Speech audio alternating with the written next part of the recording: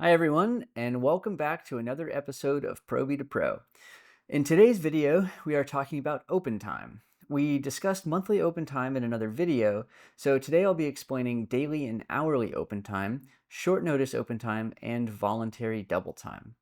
If you haven't seen the monthly open time video, I suggest you watch that one first as we discussed some general aspects of the open time process that will be relevant here. First, daily open time, or DOT, is just like it sounds. There are two dot closes every day, one at 0900 and one at 1300 herb time, for trips that report the following day. This is a seniority-based bidding process. For each daily open time trip, you have the option of bidding either straight or premium. But remember that as a first year FO, you earn second year rates even when you bid straight, so use that to your advantage as crew scheduling will always award a trip to straight bidders before premium bidders. In other words, a junior pilot bidding straight will be awarded a trip over a senior pilot bidding premium.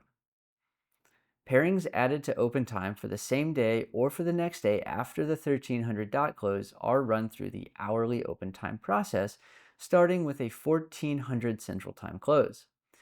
They must be available for bidding at least 30 minutes prior to the close and 3.5 hours prior to report. Hourly open time trips can be bid either straight or premium and are awarded in seniority order. So remember that the company runs straight bids first, then assigns reserves, and then awards premium bids. But what happens if a pairing isn't awarded in one of the daily or hourly closes? Well, first of all, it does not flow to the next daily or hourly close. If a daily or hourly open time trip isn't awarded or assigned at the close, scheduling will first offer it as VDT or voluntary double time before covering it via reroute or JA. Unlike daily and hourly open time, VDT is awarded in random order instead of seniority order, and the bid will be open for at least 15 minutes prior to the award. So remember to set up your open time alerts if you want to bid on VDT, because those notifications often come in with very short notice. If the time to report is too short for hourly open time, the uncovered pairing goes into short notice open time, or SNOT. Like VDT, the bid will be open for a minimum of 15 minutes before closing. Also like VDT, SNOT is awarded randomly, but the order of award rules do apply, so a pilot in domicile under the cap will be randomly chosen before any pilot out of domicile or over the cap. SNOT trips are also a little different in that the company decides whether to offer them straight or premium. So you cannot bid premium on SNOT straight trips or vice versa. Generally, SNOT trips are offered straight if there is a reserve available, or premium if there are no reserves, or if scheduling wants to keep the reserves available for some other reason. If you are awarded a SNOT trip with less than 2 hours to report, you are entitled to company paid close-in parking, a taxi, or premium rideshare. To bid open time, go to Bid Input, Open Time, and select a date to see what trips are uncovered on a given day. The date you select is the date on which those trips report. Under your schedule, you'll see the uncovered trips available for bidding. Going across the row for each trip, you'll see the pairing ID, report and release times, the overnight locations, whether it's international, ETOPS, or red eye, block time, straight credit, premium credit, double time credit, the type of open time, and the bid close time. Sometimes you'll see a pairing that is grayed out, which means the scheduling is still processing that trip, but it will likely be available for bidding soon. If you select a trip and click this icon with the hand raised, you can see who else is bidding. It shows who is bidding, their base, position, seniority number, and whether they bid straight or premium.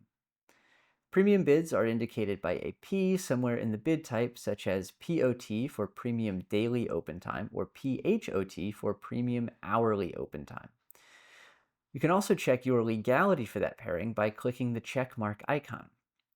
This checks FAR and contractual legalities.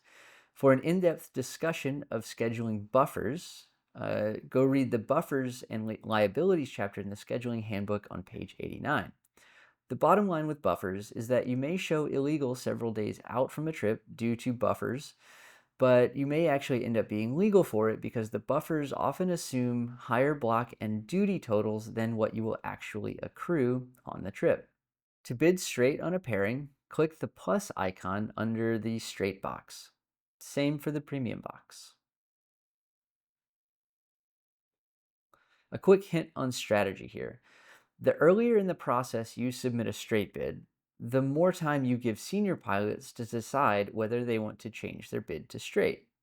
Remember that a single junior pilot bidding straight will be awarded a trip over a dozen senior pilots bidding premium. But the most senior pilot to bid straight will get the award, with a few caveats we discussed in the other video I mentioned. With a few exceptions, scheduling must award open time to a legal straight bidder prior to assigning a reserve or awarding it to a premium bidder. Depending on availability, they often assign open time trips to reserves instead of awarding the premium, so keep that in mind as well. After the bid closes, you can see the award in a few different ways. If you have open time alerts set up, you will get a text message from the company letting you know that you were awarded a pairing. An award will also show up on your board in CWA or Crew Hub as a revised assignment that you need to acknowledge. Finally, you can check the reports to see who was awarded the pairing by opening the Reports tab in CWA, then clicking on Open Time Awards and selecting the base, seat, and start date of the pairing. The report shows a list of awards for daily and hourly open time awards, including reserve assignments indicated by AR. SNOT and VDT awards are shown in separate reports. That's all for this video, but remember to reference the scheduling handbook for details and examples that we didn't have time to cover in this video. Thanks for watching, and we'll see you in the next one.